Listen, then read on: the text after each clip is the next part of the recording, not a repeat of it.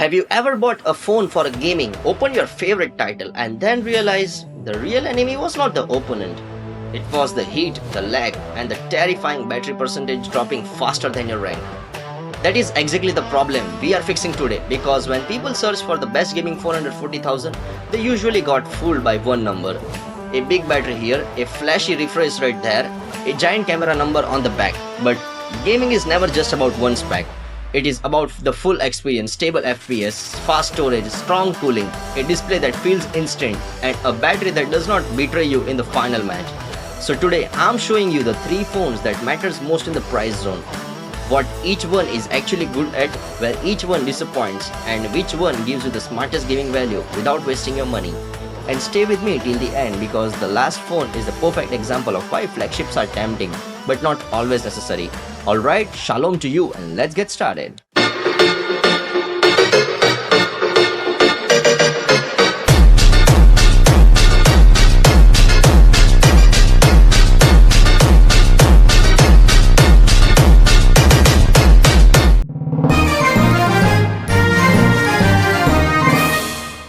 So let me start with the phone that feels like it was built for people who care about speed first and drama later.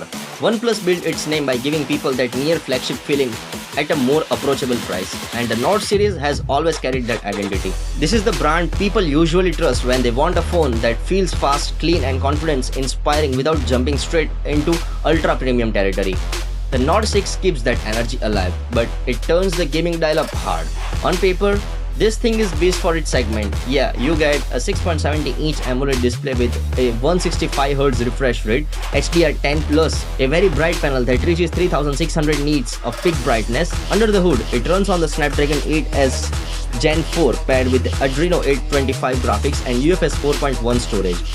That is the kind of combo that makes games load fast, run smooth and stay responsive when the action gets messy. The battery is just as serious, 7500 mAh globally and massive 9000 mAh in India, with 80V charging and a bypass charging support. Now let's talk its price and value. Well, in India it costs around 38,000, in US it costs around $419, and in UK it costs around £308. So what value does it bring? Simple, it gives you the best chance of getting flagship style gaming without paying a flagship money. And what does it not bring? It is not trying to win the camera war, and it's not pretending to be some ultra luxury status symbol. This is the performance first phone. If your problem is my current phone heats up, stutters and dies too fast, this is the most direct solution in your list. The pros are obvious: fast chipset, 165Hz display, a huge battery, a strong durability with IP68, IP69K protection, and a design that feels made for daily abuse. The trade-off is also obvious. It is focused so much on power and endurance that the camera side is not the main reason to buy it. So if you want a phone that behaves like a gaming machine first and lifestyle phone second, this is the one I would put at number 1. Now moving to the next phone, which takes a very different path.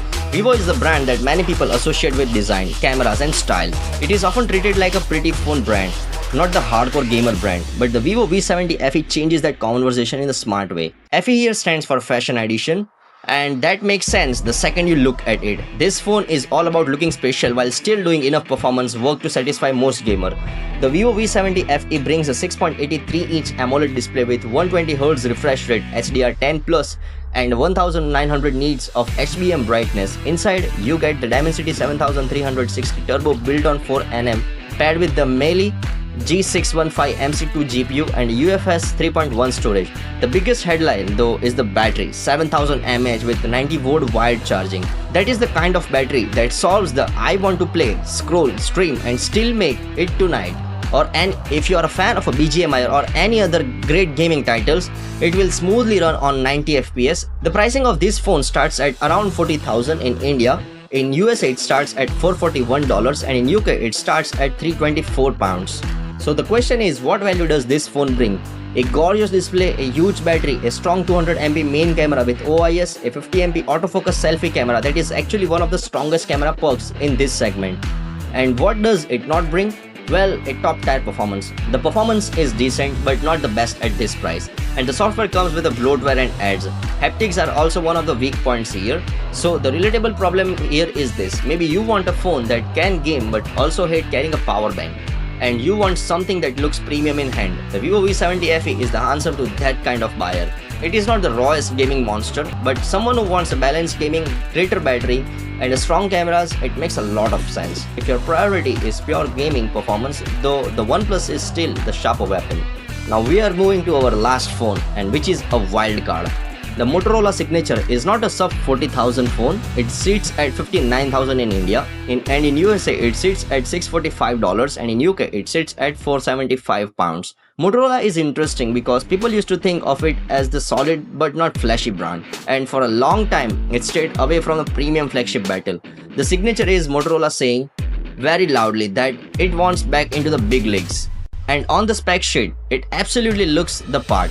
You get a 6.8-inch LTPO AMOLED display with 165Hz of refresh rate, a Dolby Vision HDR10+, a ridiculous 6200 nits of peak brightness. The chipset is the Snapdragon 8 Gen 5 paired with Adreno 829 graphics and UFS 4.1 storage. And there is a 5200 mAh silicon carbon battery with 90V wire charging, 50V wireless charging, and even UWB support.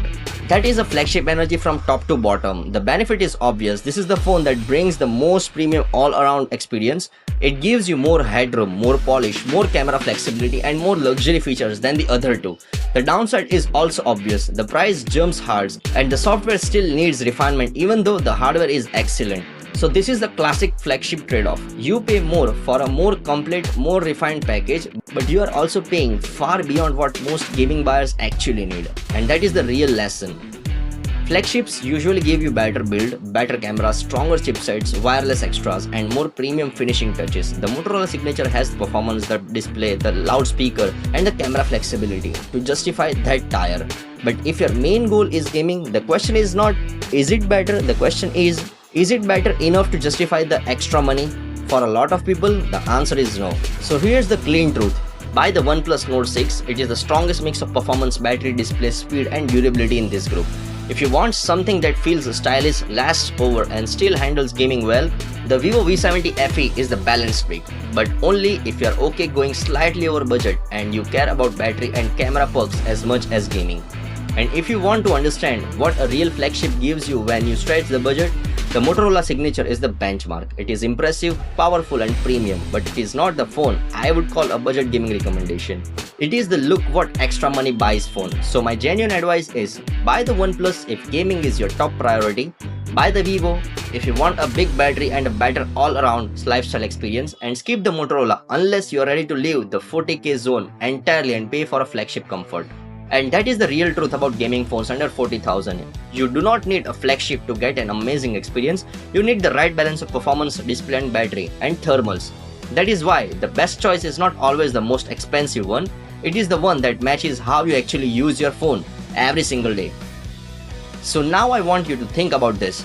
Are you the kind of a gamer who wants a raw performance first, battery second, or design and the cameras as a part of the package? Because once you answer that, the right phone becomes very easy to spot. And if you enjoy this style of a breakdown, the next video you should watch is the one where I break down gaming phones under 40,000 that can actually replace your gaming setup. Because that is where the things get seriously interesting. Alright, it's time to lock up the house. See you soon with another incredible video. Till then, shalom to you and subscribe for more.